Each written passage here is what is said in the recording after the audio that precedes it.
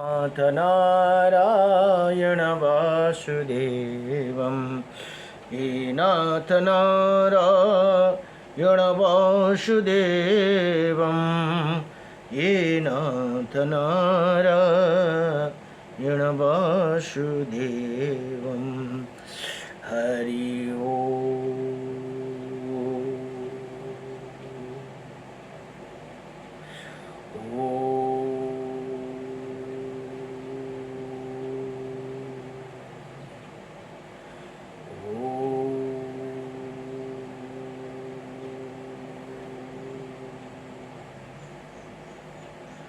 हरि ओम स्वस्ति श्री गणेशाय नमः।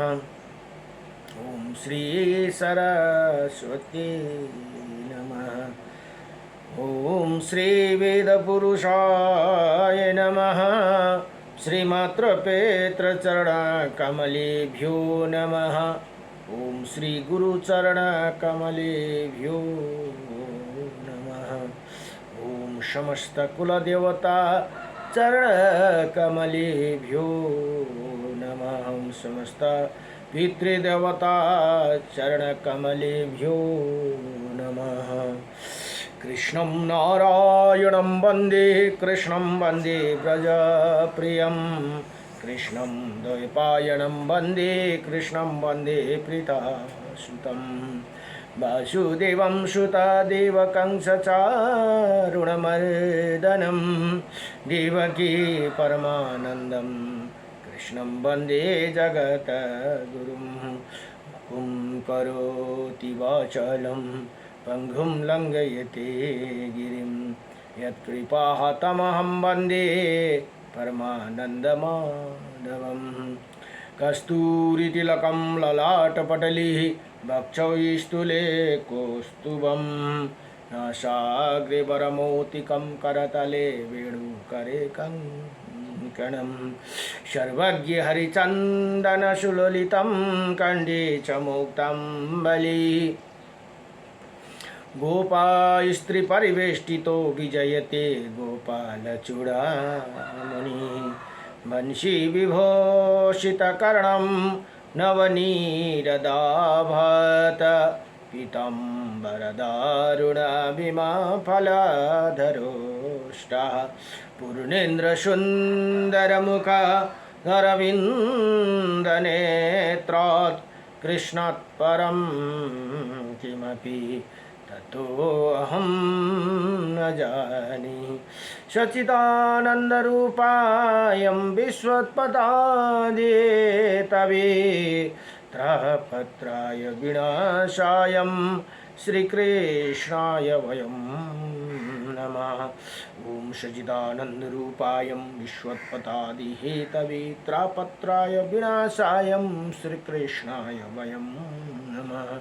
ओम कृष्णाय वासुदेवाय हरे परमात्मने प्रणतक्लेशनाशाय गोविंदाय नमो नमः। जय जय श्री राधे मेरी स्वामिनी, मैं राधे जो के दास, जन्म जन्म दीजियो मोहे श्री चरण को बास, जन्म जन्म दीजियो मोहे श्री वृंदावन को बास।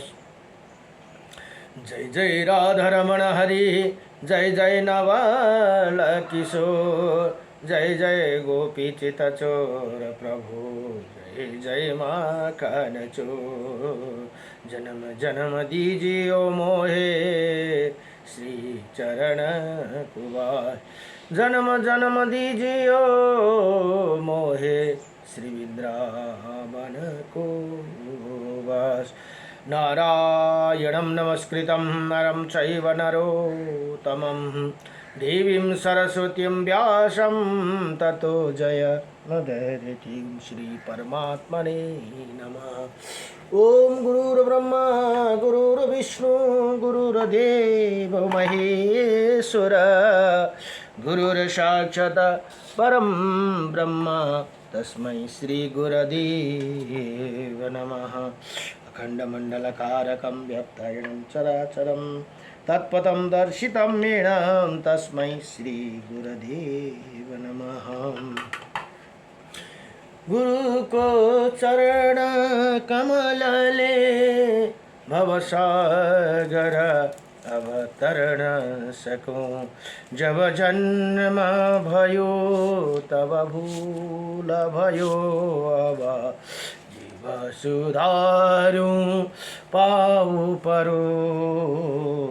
गुरुदेव हजुरको चरण कमलले भवसागर अवतरण सकूं, शिष्य भए कति उच्च हुँदा हुन्, नीच भए मेरो छैन मति, सब सम गरी जब ज्ञान दियो, अब गुण गाउनु सक्छु कति। जति भज्दछु मेरो शुद्ध हृदयले, हरजी हरदम नित्य गरौँ।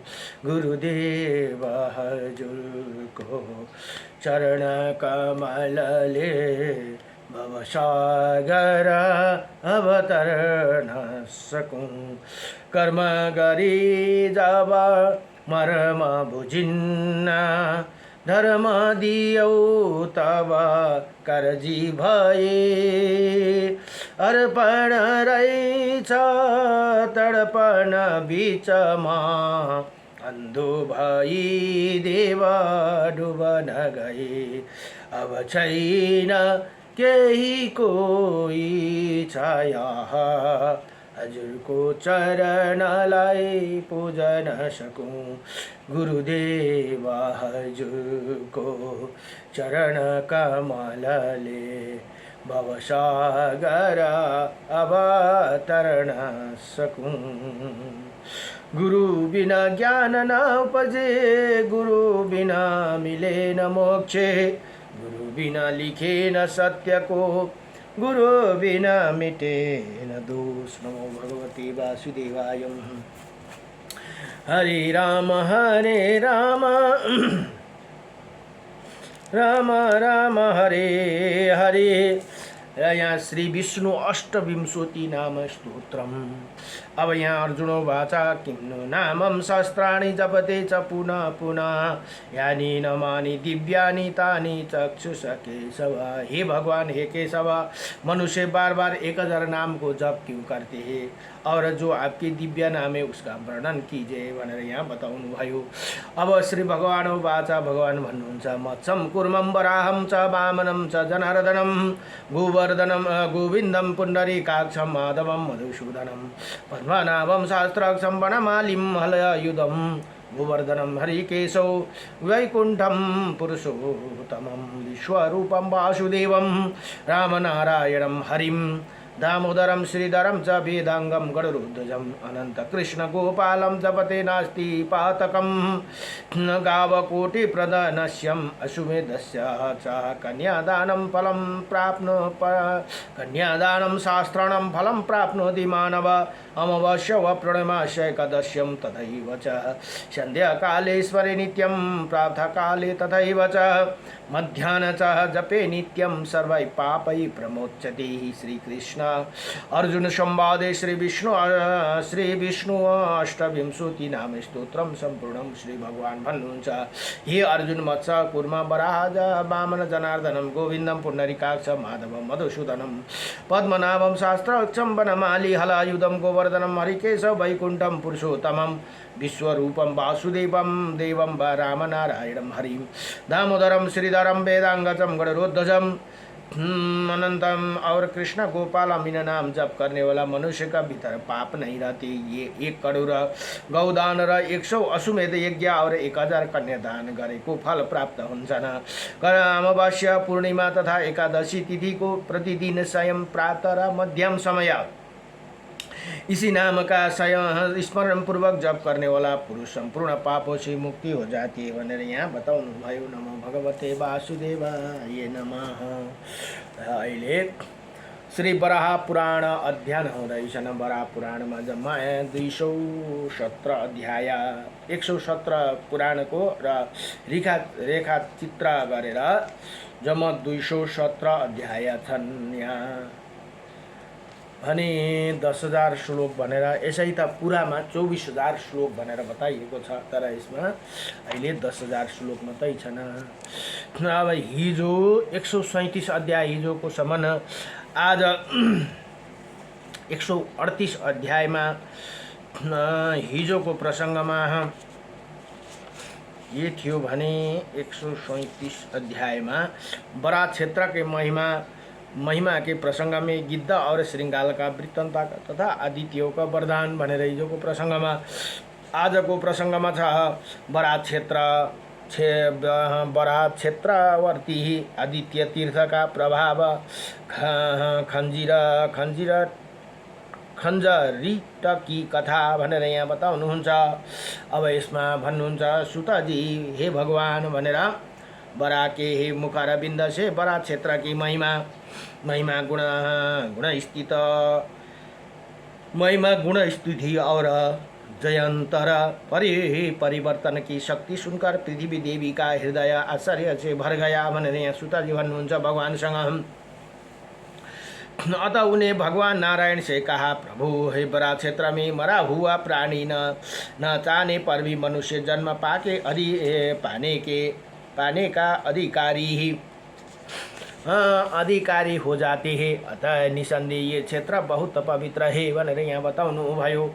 हे प्रभु, अब आप वहाँ के कोई दूसरा प्रसंग बताने की कृपा कीजिए। हे देवेश्वर, मैं यहाँ ये जानना चाहता हूँ कि शास्त्रों में वहाँ गायन वादन करने, नित्य एवं जागरण करने, गौदान, अन्नदान और जलदान करने का सम्यक प्रकार से स्नान करने हैं अथवा गंध पुष्प धूप दीप और नैवेद्य आदि से आपकी पूजा करने का क्या फल होता है भनेर बडो दिव्य प्रसंग सोध्नुभयो। जब और यज्ञ आदि अन्य कर्म करने से शुद्ध मन वाले प्राणी वहाँ किस गति को प्राप्त करते हैं। हे भगवान, आप ये भक्तों के सुख पहुँचाने के विचार से यह सब प्रसंग बताने की कृपा करें। अब भनेर सुतजीले भगवानसँग पृथ्वीले भगवानसँग भन्नुभयो। भगवान बराह भन्नुहुन्छ, हे देवी, ये कथा अत्यंत पुण्यप्रद एवं सुख देने वाली है। पहले इसी सोकरव क्षेत्र एक खण्डरीच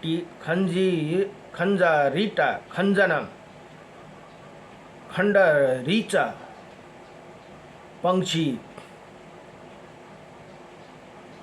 वक्तली पचिरहता था। यो पंक्षीको नाम रहेछ है खञ्जना र खण्डरीच भन्ने रहता था। उसने एक बार बहुत से कीड़ों को खा लिया, फलत वो अजीर्ण से अत्यंत पीड़ित होकर मरण संज्ञा हो गया और इसी सुकर क्षेत्र में ही गिर पड़ा। इतने में ही बहुत से बालक इधर उधर से दौड़ते एवं खेलते हुए वहाँ पहुँचे और उसी शीतला गात्रा पक्षी को देखकर कहने लगे, हम लोग इसे पकड़ेंगे। फिर उनमें परस्पर विवाद छिड़ गया। कोई कहता है कि मेरा और कोई कहता है मेरा। इसी प्रकार खेल में उनमें झगड़ा होने लगा।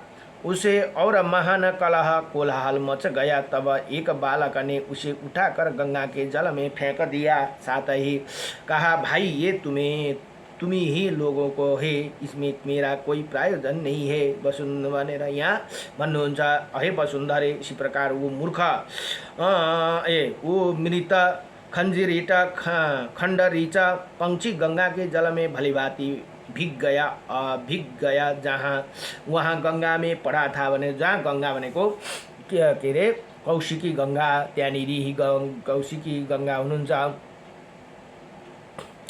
अब यहाँ भन्नुहुन्छ, पड़ा था वहीं आदित्य तीर्थ था। फिर तो वो उसी तीर्थ के प्रभाव से उन्हें उत्तम यज्ञ करने वाला धन एवं रत्नों से परिपूर्ण किसी वैष्णव के घर में उत्पन्न हुआ। त्यो खञ्जिरट भन्ने पंक्षी खण्डरीच भन्ने पंक्षी है।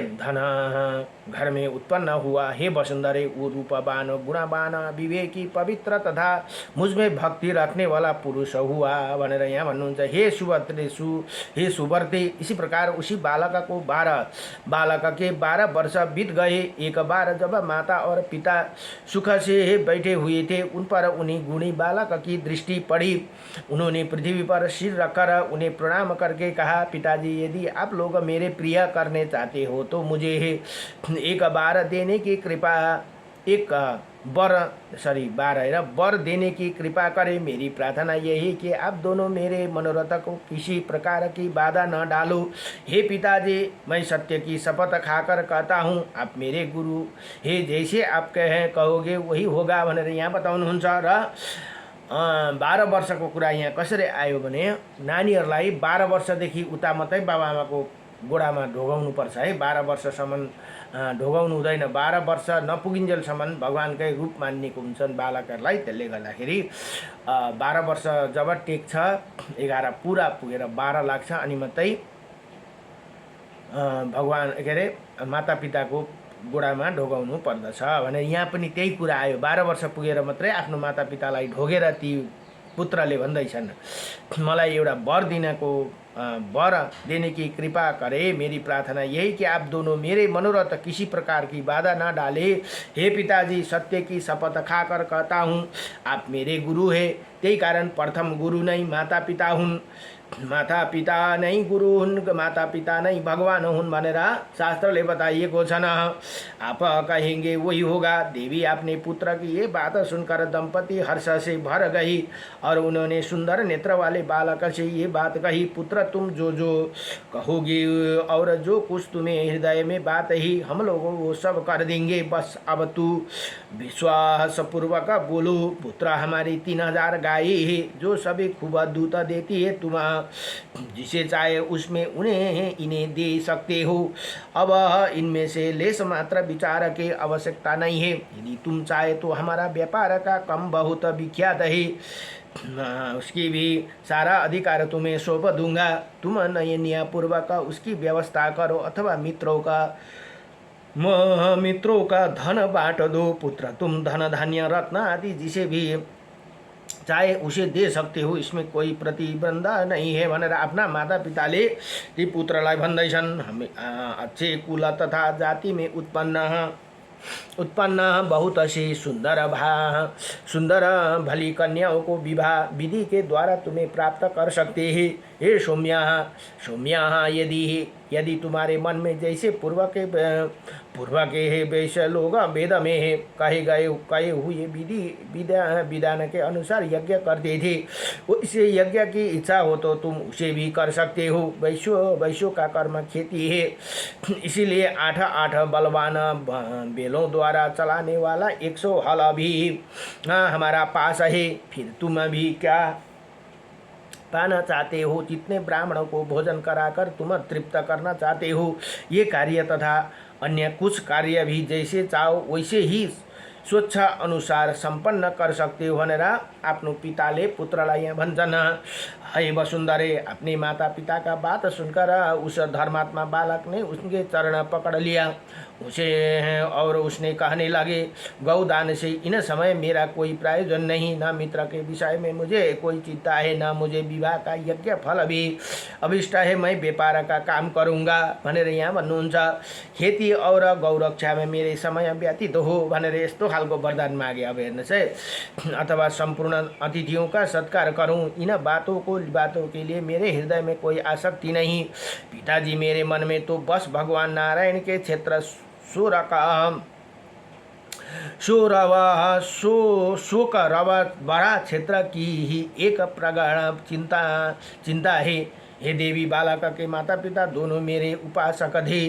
उन्होंने पुत्र का ये बात सुनी तो वो दोनों ही दुख में भर कर करुणा विलाप करने गए और कहा कि माता कहती है कि हे बेटा, अभी तुम्हें जन्म में केवल 12 वर्ष ही बीत गए। बच्चा, भगवान नारायण के शरण में जाने की चिंता तुम्हें अभी से कैसे हो गई? जिस समय तुम्हें उसके योग्य आयु प्राप्त होगी तब उसी विषय में विचार करना। अभी तो मैंने भोजन लेकर लेकर तुम्हारे पीछे पीछे दौड़ती चलती हूँ। पुत्र तुम सोरवा बड़ा क्षेत्र शोक रवा बड़ा क्षेत्र में जाने की बात अभी क्यों सोचते हो? तुम तो अभी दूध मुँह बच्चे हो। इसी स्तन धन्य है जिसे सदा दूता स्खलित होती स्रवित होती है और तुम उसे पीते हो। बेटा तुम अपने स्पर्श सुख की आशा लेने वाली मुझे माँ के प्रति ये क्या सोच है? जब तुम रातों में सोकर करवटें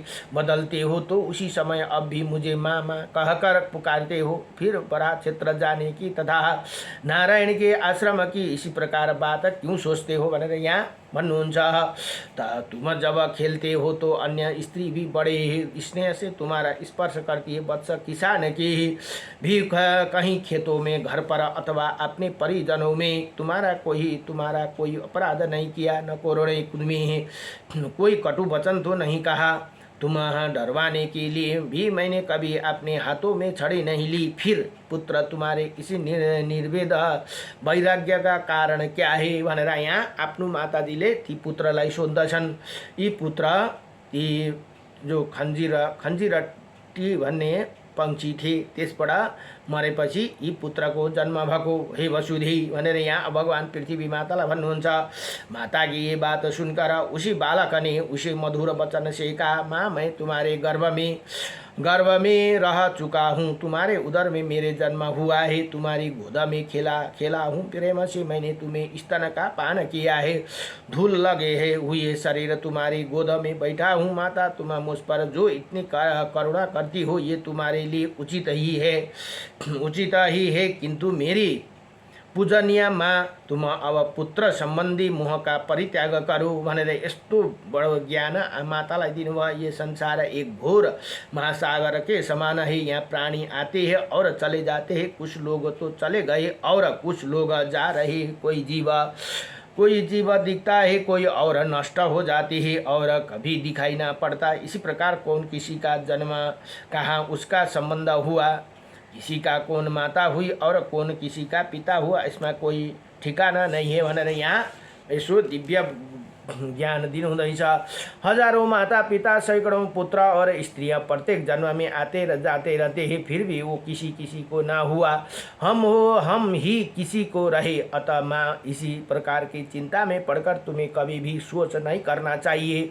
पुत्र के इसी प्रकार का बात सुनकर माता पिता और बड़ा आश्चर्य हुआ। अतः वो फिर बोले, बेटा अहो ये तो बड़ी मार्मिक बात है, पुत्र इसका रहस्य बतलाओ। उसी की ये बात सुनकर वो वैश्य कुमार मधुर वाणी में अपने माता पिता से कहने लगे, हे पूज्य वरु, यदि इसे गुणवता बात को सुनकर और विचार कर आप कुछ कहना चाहते हो तो आपको बड़ा क्षेत्र का रहस्य पूछना चाहिए और उसे सुनने के लिए सौर का क्षेत्र में ही पधारने की कृपा कीजिए। वहीं गएर इसको कथा म बताउने छु और वहीं ये गुण विषय आप लोगों को पूछना समुचित होगा भनेर यहाँ आफ्नो माता पितालाई ती कुमारले भन्दछन्।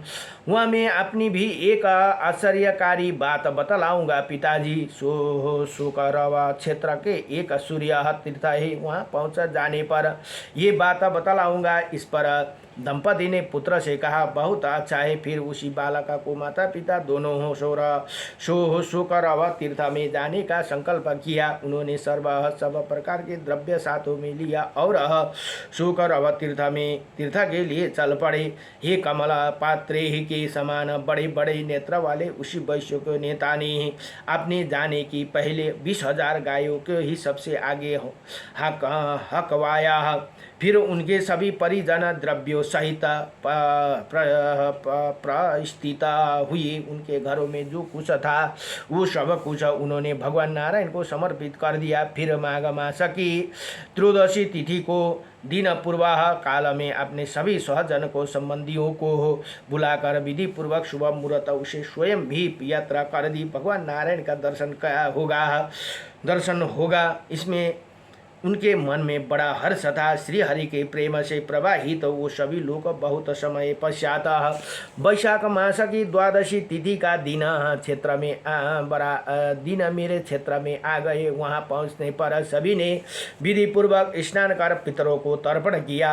उसी वैश्यों ने दिव्य वस्त्र से वशीभूत 20,000 गौ को साथ लिया था और उन्होंने भंगा रस नाम का व्यक्ति को सौंप कर और आगे प्रस्तुत कर रखा था। उनमें से 20 गाय के वहीं दान कर दिया। इसी प्रकार इसी प्रतिदिन बहुत से धन और रत्न दानों में बांटने लगा। इसी प्रकार अपने स्त्री पुत्र और सहजन के साथ उसके वहाँ रहते रहते सभी समस्या धान्य पौधा को सर्वधन और पालन करने वाली वर्षा ऋतु आ गई, जिसमें कदम्ब कटुज कुरैया और अर्जुन नाम के वृक्ष का पुष्पित हो गई। नदियों की गर्जन, मोरा के मधुर शोरा, कुरैया, अर्जुन और कदम्ब आदि वृक्षों को सुखद गंध और भंवरा की गुंजन, पवन का प्रभार, ये सब उसी ऋतु की विशेषता थी भनेर यहाँ बताउनु भयो। फिर शरद ऋतु का प्रवेश हुआ और अगत्य क्षेत्र का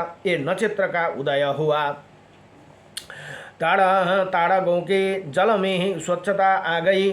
अब उनमें ही कमल कुमद और पुष्प खिल गए और उन्हें सूररम्य कमल फूलों के सर्वत्र शोभा की वृद्धि होने लगी। तब शीतल सुगंध एवं परम सुखदायी ही वायु बहने लगे। फिर धीरे धीरे ये ऋतु भी समाप्त हो चली और कार्तिक महीना के शुक्ल पक्ष की एकादशी तिथि आई।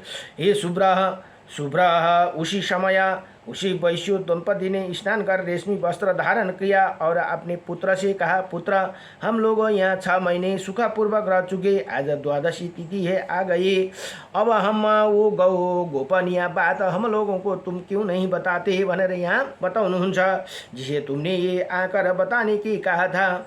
देवी ही अब भगवान भन्नुहुन्छ, हे देवी, अपने माता पिता को बात सुनकर उसी धर्मात्मा पुत्र ने उसने मधुर वचन में कहा, हे महाभागा, आपने जो बात पूछी वो प्रसंग बड़ी रहस्यपूर्ण एक गोपनीय है। इसमें मैं कल प्राप्त काल आप लोगों को बताऊंगा। पिताजी, आज ये द्वादशी तिथि है। इसी पुण्य अवसर पर दीक्षित योगियों के कुल में उत्पन्न तथा विष्णु की भक्त में तत्पर रहने वाला जो व्यक्ति दान करता है वो भागवत कृपा से भयंकर संसार सागर को पार कर जाते हैं। हे वसुंधरे भनेर यहाँ भगवान भन्नुहुन्छ। इस प्रकार उन्हें लोगों ने परस्पर बात करते करते मंगलमय रात्रि समाप्त हो गई और फिर अगले दिन रात्रि की संध्या का समय आ गया एवं सूर्यमंडल उदित हो। तब वो बालक यथा विधि स्नान आदि शुद्ध होकर रेशमी वस्त्र धारण कर शंख चक्र एवं गदा धारण करने वाला भगवान श्री हरि को प्रणाम कर माता पिता के दोनों चरण में पकड़ कर बोला, है महाभागा पिताजी, जिसे प्रायोजन में हम लोग यहाँ आए हुए थे उसे बात आप मुझे बार बार पूछ रहे हो एवं जिसे गोपनीय बात इसी शोकरव क्षेत्र में कहने के लिए इसी प्रतिज्ञा की थी उसे सुनो। ये प्रसंग इसी प्रकार है। मैं पुनर्जन्म में एक खंडरीच पंछी था। एक बार मैंने बहुत से कीड़े को खाकर अजीर्णग्रस्त होकर हिलने डुलने न अवस्था हो गया था। उसी समय कुछ बालकों ने मुझे पकड़ लिया और खेल खेल में एक हाथों से दूसरे लेते हुए एक कहता है इसे मैंने देखा, मैं दूसरा कहता है मैंने, इसी प्रकार जो आपस में झाड़ने लगे। इसी बीच विवाद से उबर कर एक बालक ने मुझे घुमाकर गंगा में आदित्य तीर्थ नाम का स्थान पर जल में फेंक दिया, जहाँ मेरे प्राणाया कर गए, प्राण गए। इसी मेरे मन में कोई अभिलाष नहीं थी, फिर भी मैं उसी तीर्थ के प्रभाव से मुझे आप लोगों का पुत्र होने का सौभाग्य मिला। इसी प्रकार 13 वर्ष पूरे हो चुके। ये हूँ गोपनीय बात थी, जैसे मैंने आपको कह दी।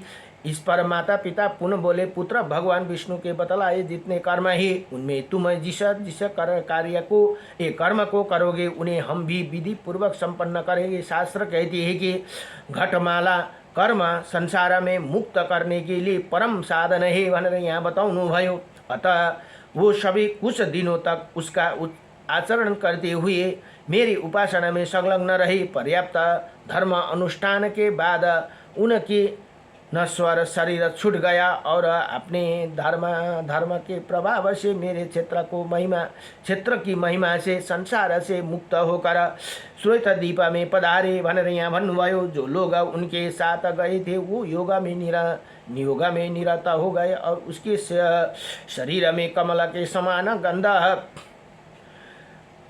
निकलती थी। देवी मेरे क्षेत्र के प्रसाद से वो यथा योग्य आनंद का उपभोग करने लगे तथा इसी क्षेत्र के प्रभाव से बहुत से प्राणी पशु योनि से छुटकर श्वेत द्वीप बनेको भगवानको जहाँ बस्ने ठाउँ है। हामी यो हाम्रो जम्बू द्वीप पर्छ। श्वेत द्वीप में पहुँच गए। जो व्यक्ति प्रातःकाल उठकर इसका पाठ करता है वो अपने 10 आगे और 10 पीछे पुरुष को तार देते हैं।